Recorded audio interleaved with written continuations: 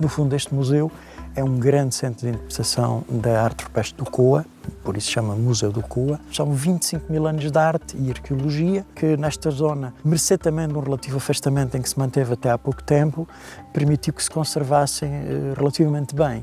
E é sempre, digamos, a porta de entrada de qualquer visitante que queira introduzir-se melhor na compreensão do que são aqui os ciclos rupestres do Val do Coa.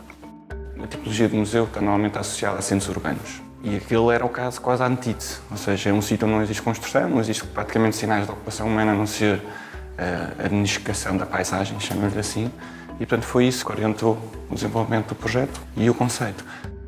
Sendo uma estrutura de natureza abstrata, não querendo nós que parecesse um convento na paisagem ou outra tipologia urbana, nós tínhamos que lhe retirar a expressão das janelas. Portanto, o que andamos a procurar foi uma linguagem, uma expressão de incisões, de cortes, um bocadinho como acontece na própria arte do Paleolítico, que eram gravadas, ou seja, havia perfurações, havia incisões. E, portanto, automaticamente interessava-nos essa vontade de olhar para aquilo como uma matéria bruta na qual nós intervínhamos.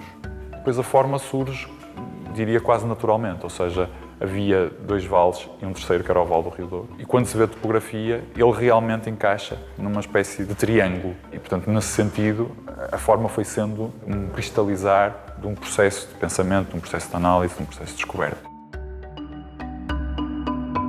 A rampa foi um elemento que foi essencial, que esteve sempre presente em todas as variantes do projeto, por uma razão muito simples. A sequência que nós queríamos era uma experiência de paisagem. Queríamos que as pessoas tivessem essa experiência da imensidão da paisagem total, elas podem andar pela cobertura, observar, e depois são transportadas para o museu. E ao fazer essa transição, a condição luminosa também vai se alterando, ou seja, vamos passando da luminosidade total para quase para uma penumbra, até chegar à escuridão, que é o fim da exposição. E, portanto, este foi um museu que foi feito pela paisagem e para a paisagem. Foi este o balanço que o projeto seguiu desde a fase de concurso até a última fase de projeto.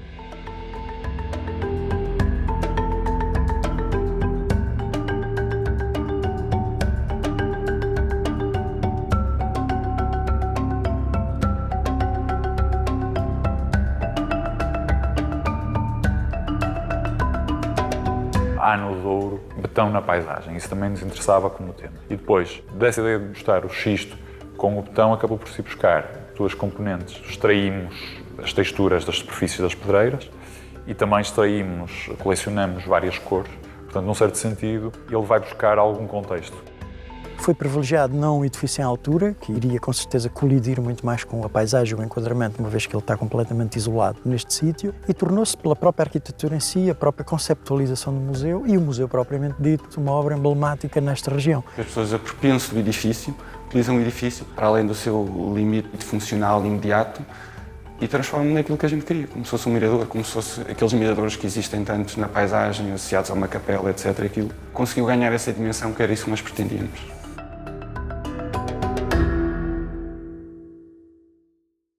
Este programa é patrocinado por Linha da Praia Imobiliária. Damos valor ao seu imóvel.